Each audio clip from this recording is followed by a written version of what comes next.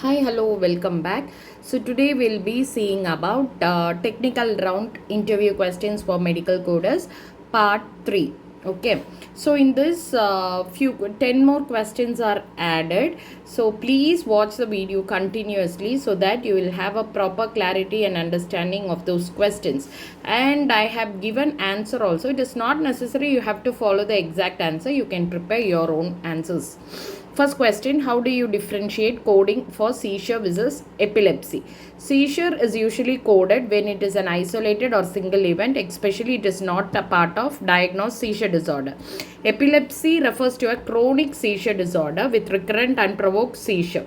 So based on that, you have to assign the codes. Always check for type of epilepsy whenever you're coding it.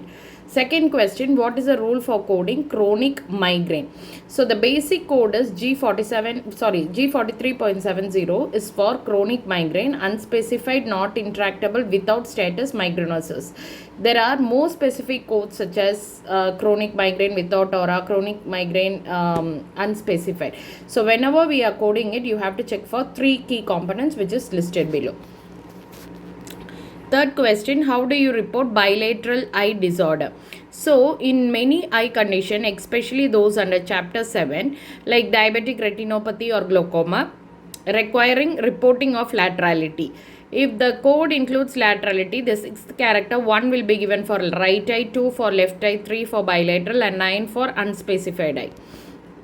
Fourth question, what is the importance of laterality in eye coding? Laterality in eye coding is important because many eye related conditions require us to specify which eye is affected. So here 1 is for right eye, 2 is for left eye, 3 is for bilateral, 9 is for unspecified. So that's all about that. And next we'll move on to the 5th question. How do you code chronic versus acute otitis media? So in ICD-10, the coding for otitis media is based on duration and type, whether it is acute. Acute means short term or sudden onset, or chronic, long lasting or recurring. So for acute otitis media, you will be coding H66.001. For chronic, you will give H66.31. Laterality, it includes right, left or bilateral. And 6th question, what is a guideline for coding hypertension with heart disease?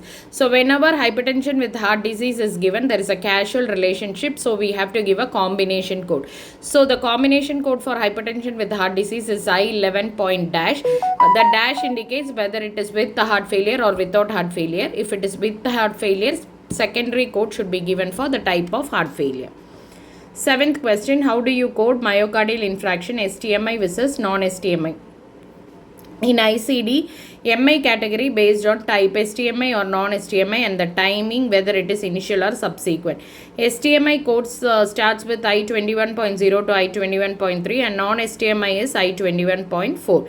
If STMI and non-STMI is given, code only for STMI.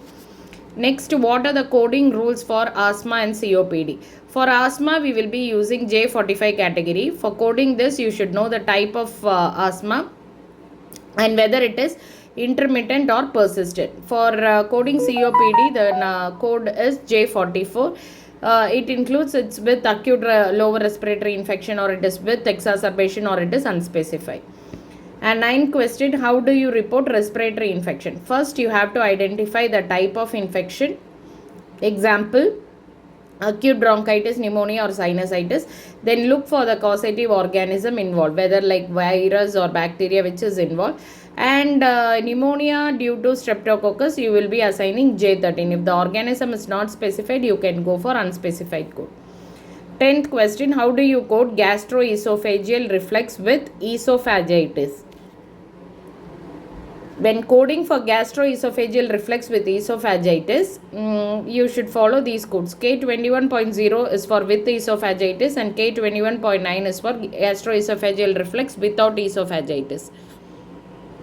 Always make sure whether this esophagitis is present or not. So these are the 10 questions which we have added in part 3. So make sure you can write and keep these questions and prepare well, so that it will be really helpful for you to clear your technical round easily. Thank you so much for watching. If you have any doubts, you can post it as a comment. And if you are looking for interview guidance, placement support, or training, you can contact me. Thank you so much. Take care. Bye bye.